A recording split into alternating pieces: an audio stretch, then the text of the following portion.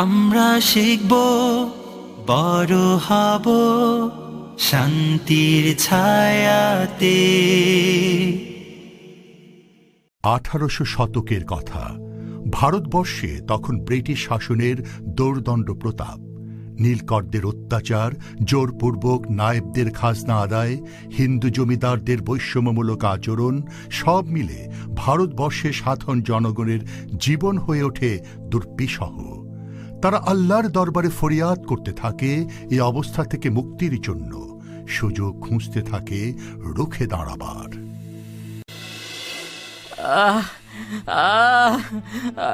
জমি আছে, শস্য নাই, আসমানে মেঘ ভাসে, বৃষ্টি নাই। মাঠ শুকাইয়া কাঠ, মানুষের হাড় আর গরু ছাগলের হাড় সব একাকার হইয়া যায়। যায় যায়, আশ্বিন যায়, কার্তিক যায়, নদী শুকায়, শিয়াল শকুনে খায় আমগো সব।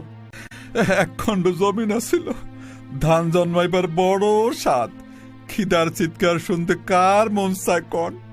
তবু কেন সেই জমিতে নীল চাষ করিতে হয়? ধান জমিতে কেন নীল চাষ করিব?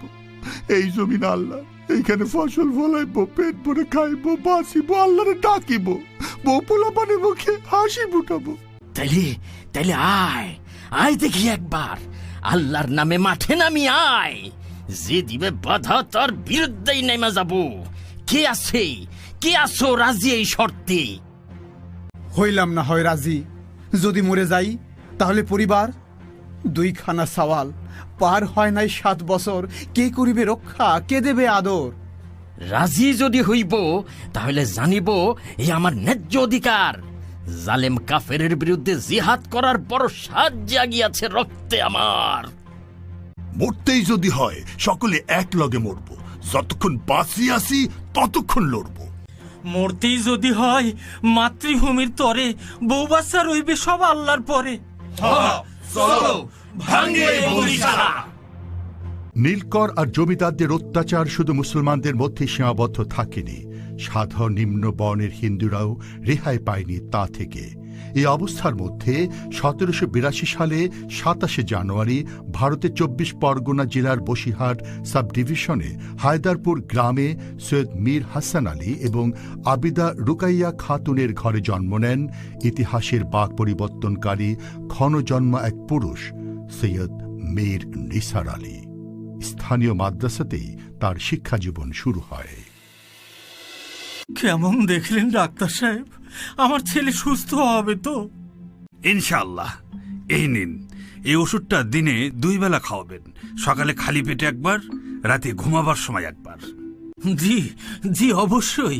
আর হ্যাঁ, ওষুধটা কিন্তু ভীষণ তেতো, বড়রাই খেতে পারে না। ওকে খাওয়ানোর সময় সাবধান থাকবেন যেন ফেলে দিয়ে নষ্ট না করে। আপনার হাতেই একবার হয়ে যাক, তাহলে হয়তো সে বুঝবে। ঠিক আছে ঠিক আছে। মাশাআল্লাহ, তোমার দেখি এই তেতো ওষুধ খেতে কোনোই কষ্ট হয়নি। মোটেও না। যাক, আমি যে ভয়টা পেয়েছিলাম সেটা আর পেতে হবে না, ও পারবে। হ্যাঁ হ্যাঁ, পারবে তো। ও হচ্ছে আমাদের মীর নিসার আলী ওরফে তেতো মিয়া, কি বলেন? হ্যাঁ হ্যাঁ, চমৎকার নাম দিয়েছেন আপনি, তেতো মিয়া। তিতু, তিতু মিয়া, তিতু মিয়া, তিতু মিয়া। আপনারা দেখবেন যে এই তেতো মিয়াই একসময় তেতো মীর হয়ে যাবে। এভাবে সৈয়দ মীর নিসার আলী পিতামাতা ও আত্মীয় স্বজনের মাঝে তেতুমিয়া ডাক নাম নিয়ে বেড়ে উঠতে লাগলেন। ক্রমে স্থানীয়দের মুখে মুখে সেই তেতুমিয়াই একসময় হয়ে যান তিতুমির। 18 বছর বয়সে তিনি পবিত্র কোরআনে হাফেজ হন, পাশাপাশি অর্জন করেন বাংলা, আরবি ও ফার্সি ভাষায় দক্ষতা। তিনি ইসলামী আইনশাস্ত্র, দর্শন এবং ইলমে তাসাউফেও পাণ্ডিত্য অর্জন করেন। জমিদারদের অত্যাচার তো আর সহ্য হয় না ভাই। পেটে ভাত নাই, পিন্দনের কাপড় নাই, খাজনা দেয় কই থেকে? ফসল তো ফলাইতেই পারি নাই। আর খাজনা, সাওয়ালদারে পাঠাইছিলাম সাব ডিভিশন স্কুলে, ধুতি পরে নাই বললা ঢুকতেই দিল না। কেন ধুতি পরে নাই তো কি হয়েছে? আমাদের লেবাসটা কি খারাপ? পাঞ্জাবি টুপি পরলে ওদের সমস্যা কি? ওদের সমস্যা অন্য জায়গায়। হেরা চাইতেছে আমরা মুসলমানরা যাতে পড়ালেখা থেকে দূরে সরে যাই, আর যদি করি তাইলে ওদের মতো করে করব। বুঝছি, তাইলে দাবায়া রাখতে সুবিধা হয়। এই চুপ চুপ চুপ, এই জমিদার, এই জমিদার, জমিদার, এই জমিদার, এই জমিদার, পালাও পালাও পালাও পালাও, জমিদার, এই জমিদার, জলদি পালাও, জার্মান লয়ে পালাও, পালাও, তাড়াতাড়ি পালাও। সিংহের মামা আমি নরহরি দাস, এমন 50টি জবন আমার এক গ্রাস। কি বলো হে জমিদার দেবনাথ রায়, জবনের দিন ফুরায় আসছে যে প্রায়।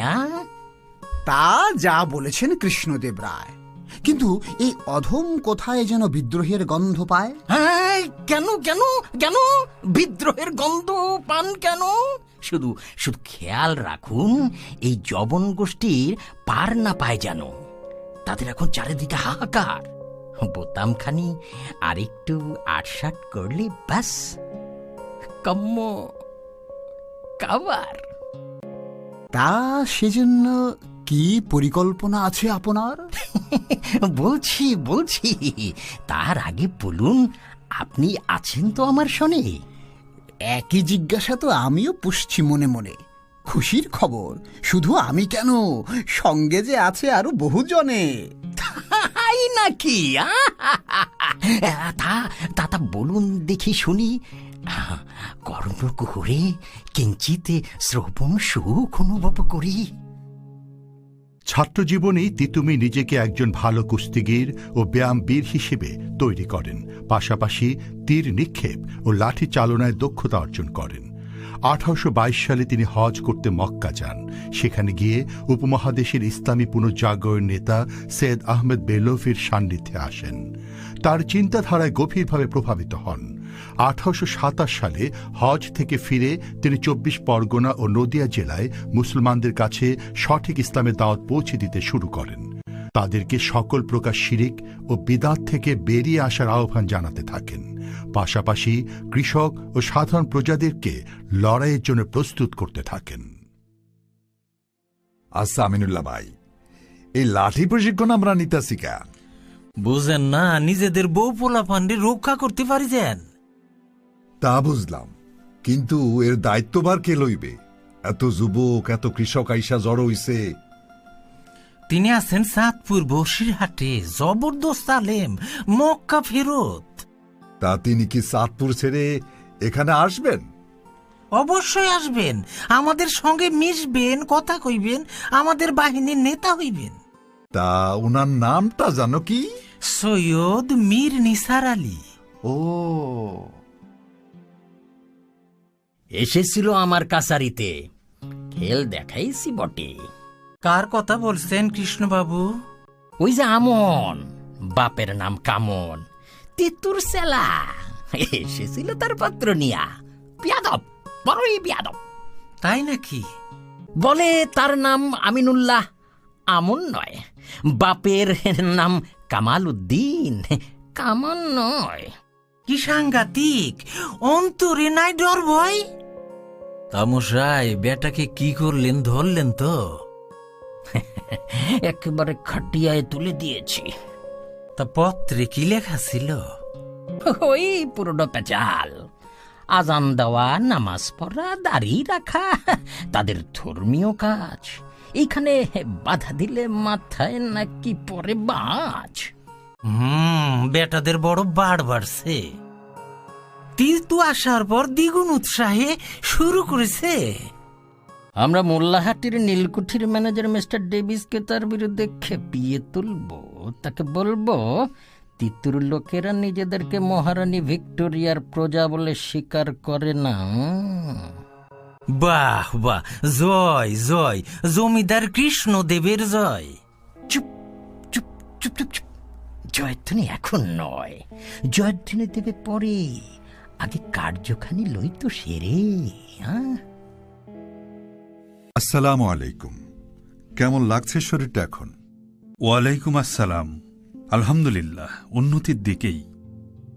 ভাবতেই পারিনি যে সরফরাজপুরে শিবিরে ওরা হামলা করে বসবে। আমরা অপ্রস্তুত ছিলাম। শুকরিয়া আল্লাহর, আরো বড় ক্ষতি থেকে তিনি আমাদের রক্ষা করেছেন। শুক্রিয়া। তবে আমাদেরকে অবশ্যই প্রস্তুত থাকতে হবে। উদ্দেশ্য ছিল জনাব আপনাকে কতল করে দেওয়া, তবে ওরা টের পেয়েছে যে আমরা দুর্বল নই। নিজেরা না পেরে এখন ইংরেজদেরকে আমাদের বিরুদ্ধে খেপিয়ে দেওয়ার মিশন নিয়েছে। মিস্টার ডেভিসের কাছে গিয়ে নালিশ করেছে বলে খবর পেয়েছি। কি নালিশ করেছে শুনি? মানুষকে জোরপূর্বক ইসলাম ধর্মে দীক্ষিত করছি, মহারানীর কর্তৃত্বকে অস্বীকার করছি, খাজনা দেয়া বন্ধ করে দিয়েছি। প্রথমটা করব না, এটা নিষেধ। তবে বাকি দুটো এক পর্যায়ে করতেই হবে। কৃষ্ণবাবুরা আগে থেকেই বুঝে নিচ্ছে। তাই তো দেখছি। চলুন পুরো শিবির ঘুরে দেখি। চক্রান্তকারী হিন্দু জমিদাররা নানান কূটকৌশলে ইংরেজদেরকে তিতুমিরের বিরুদ্ধে খেপিয়ে তোলে। তারা তাদেরকে তিতুমিরের বিরুদ্ধে সামরিক অভিযানের প্ররোচনা দিতে থাকে। ওদিকে তিতুমিরও বঞ্চিত প্রজা সাধারণকে সংগঠিত করতে থাকেন। আসসালামু আলাইকুম জনাব। ওয়ালাইকুম আসসালাম। কি ব্যাপার মিসকিন শাহ? মাননীয়, সভার যাবতীয় প্রস্তুতি সম্পন্ন। নারিকেল বাড়িয়ার প্রজা সাধারণ আপনার দর্শন লাভে বেচैन হয়ে আছে। মিসকিন শাহ, বেহেতার হয় আমরা এখনই বেরিয়ে পড়ি। জি জনাব, সময় তো হয়েই এলো। আমাদের মুসলমানদের ইমানি শক্তিতে আজ প্রচন্ড খরা চলছে। একদিকে হিন্দু জমিদার, আর একদিকে খ্রিস্টান দখলদার। এই দুই চক্রের মধ্যে পড়ে আমরা আজ নিষ্পেষিত। বলুন, আমরা কি সারা জীবন এইভাবে নিষ্পেষিতই হয়ে যাব?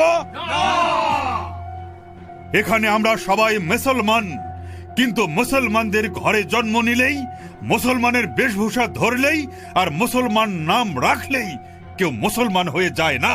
তার জন্য চাই মজবুত ঈমান। বলুন, এই জমিন কার? এই মাটি কার? তাহলে এইখানে শাসন চলবে কার? তাহলে আসুন আমরা হাতে হাত ধরে আল্লাহ রাস্তায় সংগ্রাম করে যাই।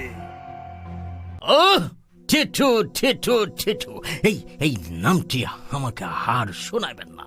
সে কোম্পানির এগেনস্টে ডাইরেক্ট যুদ্ধ শুরু করিয়া দিয়াছে। কে পাইয়াছে সে? আমি তার এগেনস্টে র্যাপিড অ্যাকশন লইবে। জি স্যার, এখন অ্যাকশন দরকার, অ্যাকশন।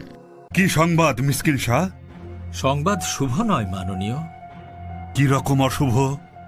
জমিদার দেবনাথ রায়, নিতাই রায়, দুর্গাচরণ চক্রবর্তী, দারোগা রামরাম চক্রবর্তী এবং শেরপুরের কুঠিয়াল মিস্টার বেঞ্জামিন সহ বিশাল বাহিনী নিয়ে নারিকেল বাড়ি আক্রমণ করতে আসছে।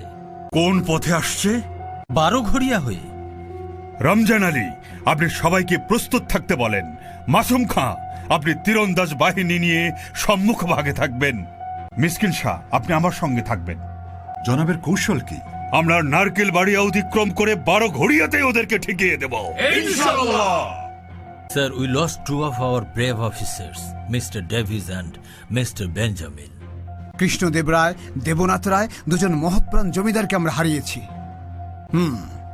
Titumir is not that easy we presumed. In fact, he has become a threat to the company. Gentlemen, company has entrusted me with this responsibility of looking into this matter. So now I am in charge of Titu affairs. তাহার বিষয়ে যা করার আমি সিদ্ধান্ত লইবে। জলদি করবেন sir, ওইদিকে তিতু আবার নারিকেল বাড়িয়াই বাঁশের কেল্লা বানাচ্ছে শুনলাম। লাঠিয়াল তিতু বাঁশ দিয়ে নাকি সে ইংরেজদের শায়েস্তা করবে? বাঁশে খিলা, what is that? Sir, one bamboo খাড়া খাড়া, আদার বাম্বু পাতালি করা, ও আর উপরে পেরেক মারা, ওটাই হলো বাঁশের বেড়া, মানে বাঁশের কেল্লা আর কি। What nonsense you are talking? Sir, বাঁশের কিল্লা মানে দুর্গ, মানে ব্যাম্বো ফোর্ট।